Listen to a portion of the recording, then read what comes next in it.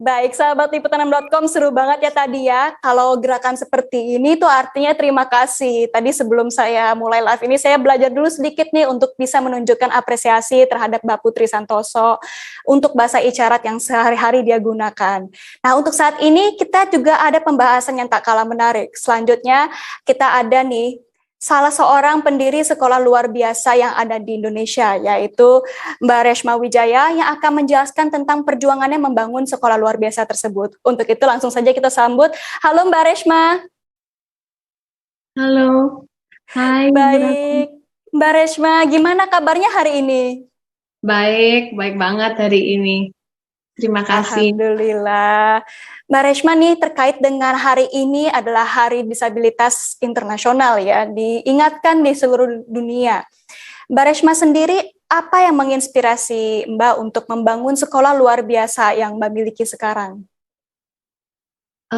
Saya mempunyai anak putri, satu usianya 12 tahun, yang terdiagnosa dengan kondisi Down syndrome. Nah, jadi di sanalah ya memang dia inspirasi saya sih. Pas saya melahirkan, saya tidak sangka bahwa saya akan mempunyai anak difabel. Tetapi memang sudah dibilang kado ya dari Tuhan ya. Jadi di mana memang Dia memberikan kepada saya. Akhirnya saya tidak mau menerima nih kadonya. Saya memikir bahwa kenapa sih saya?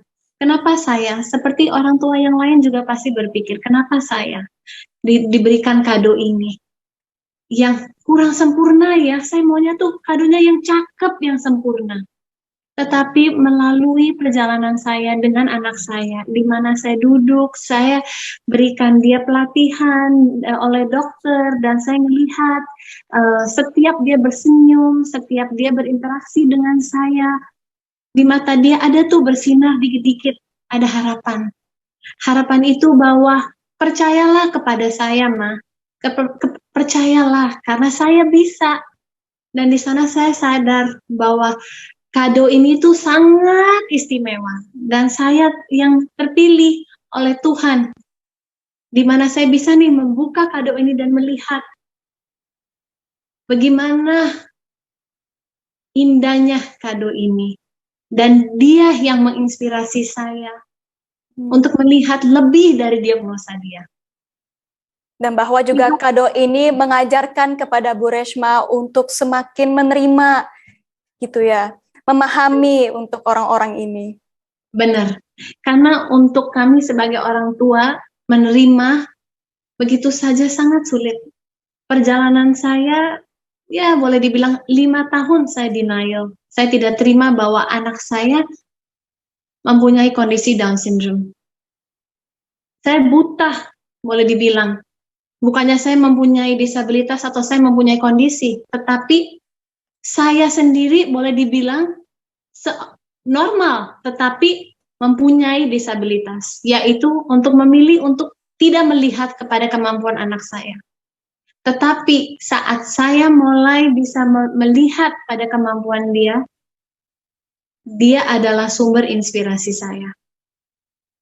Dari perjalanan saya dari sana, saya mengetahui memang tujuan saya adalah untuk membangun komunitas difabel dan ikut sertakan mereka, serta memperdayakan orang tua, komunitas, individu difabel, supaya mereka semua bisa mampu, karena memang mereka mampu. Lalu itu akhirnya ya membuat Mbak Reshma sendiri membangun sekolah luar biasa ini. Pada awal pembangunan sekolah ini, tantangan apa yang mungkin Mbak hadapi? Bagaimana caranya mengedukasi orang-orang atau untuk menjelaskan tentang kegunaan sekolah ini? Tantangannya sangat berat, sangat berat, saya akui. Di mana orang tua datang dan membilang bahwa, Bu, saya nggak tahu harus bikin apa dengan anak saya. Saya tidak tahu harus bikin apa dengan anak saya. Sudah ditolak dari sekolah inklusi, dari sekolah normal, sudah ditolak. Saya tidak mengetahui apalagi yang saya harus lakukan. Bantulah saya. Lalu saya bertanya, kendalanya apa dengan anak ibu? Mereka bilang, saya sendiri tidak tahu harus bikin apa dengan anak saya. Di sana saya pikir, oke, jadi kita memang harus memberikan edukasi dulu kepada orang tua. Tapi perlahan, pelan-pelan kami memberikan edukasinya. Karena seperti saya juga butuh waktu ya, butuh proses 5 tahun untuk bisa mengenal siapa sih anak saya dan apa sih kemampuannya dia dan menerima dulu kondisinya. Jadi dari sana tantangan yang paling berat adalah memberikan pengetahuan yang lebih dalam kepada orang tua dan juga masyarakat. Tetapi dengan katanya patience ya, sabar ya, dan kasih sayang, semua pasti bisa. Jadi itu bukan tantangan, memang adalah harapan. Baik, harapan untuk kita semua, terutama untuk para orang tua yang memiliki anak-anak berkebutuhan khusus, bahwa mereka sebenarnya bisa belajar, juga mungkin memiliki kesempatan kerja juga di kemudian hari. Untuk sekolah luar biasa yang dimiliki oleh Bu Reshma ini, itu dari tingkatan apa sampai tingkatan apa, Bu? Saraswati Learning Center itu dari tingkat 0, bayi, sampai 18 tahun ke atas. Itu juga mengajarkan mungkin apa saja gitu dia menjadi fokus pembelajaran di sana. Di sana fokusnya kami adalah untuk memperdayakan orang tua ya utama supaya mereka bisa mendeteksi bahwa oke, anak saya memang mempunyai keterlambatan di perkembangan dari usia 0 sampai 4 tahun. Jadi di sana kami menanam bibit pertamanya. Nah, dan orang tua dan juga terapis di Saraswati Learning Center akan menyiram nih bibitnya, supaya bibit ini bisa berkembang menjadi bunga yang istimewa. Nah, di usia 4 tahun, anak ini akan memasuki sekolah luar biasa di dalam program Saraswati Learning Center. Nah, di sana dia akan diperdayakan untuk bisa membaca, menulis, belajar IPA, dan keterampilan sosial maupun motorik kasar, yaitu untuk olahraga ataupun kompetisi nanti, dan juga sosial komunikasi. Jadi program kami sangat holistik, bukan hanya fokus terhadap akademik, tidak, tetapi holistik. Nah, nanti di usia 18 tahun, 16 tahun ke atas mereka masuk program di mana keterampilan mandiri untuk sehari-hari, yaitu programnya lebih ke arah bekerja dan juga keterampilan untuk yang lain-lainnya supaya mereka bisa diikutsertakan di komunitas. Baik, tapi apakah Bu Reshma juga memiliki mungkin pesan untuk orang tua yang mendapatkan anak-anak istimewa ini? Karena kan seperti Bu Reshma juga bilang, awalnya Bu Reshma saat mendapatkan anak istimewa juga sempat merasakan denial selama 5 tahun. Adakah pesan khusus untuk para orang tua yang juga mendapatkan anak-anak istimewa? Pesan saya adalah untuk semua orang tua, memang sakit rasanya, sakit sekali, kayak ditusuk dengan pisau beberapa kali saat kami menerima, saat kami mengetahui bahwa Tuhan memberikan kami anak difabel dengan kondisi. Sakit banget, tetapi ini adalah perjalanan. Tuhan memang memilih kami. Di saat itu kami tidak akan mengetahui kenapa. Tetapi memang kami yang terpilih.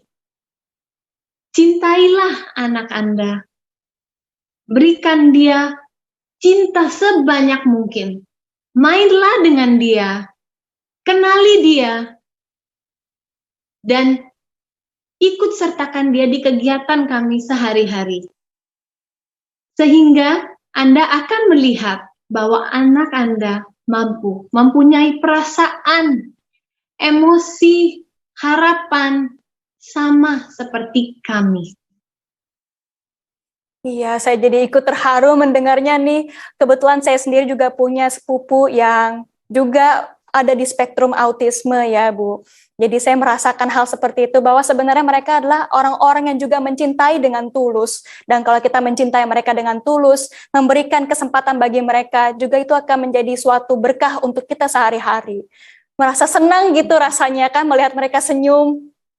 Benar, benar banget. Saat mereka senyum, kami senyum. Saat mereka sedih, kami sedih. Itulah namanya orang tua. Baik, kalau begitu, terima kasih banyak atas penjelasannya Bu Reshma. Semoga dengan ini juga Terima masyarakat kasih juga. semakin teredukasi dengan adanya sekolah luar biasa ini. Mungkin untuk Terima sahabat kasih, ibutanam.com yang juga ingin mencari sekolah bagi teman-teman istimewanya, bisa coba nih untuk look up sekolahnya Bu Reshma. Saraswati Learning Center. Saraswati Learning Center. Diingat ya, itu nanti bisa dicari langsung di Google. Baik, kalau begitu sampai bertemu lagi Bu Reshma, dan semoga Makasih. kita bisa ada kesempatan di lain waktu untuk berbicara lagi. Pasti. Makasih banyak. Sampai jumpa. Sampai jumpa.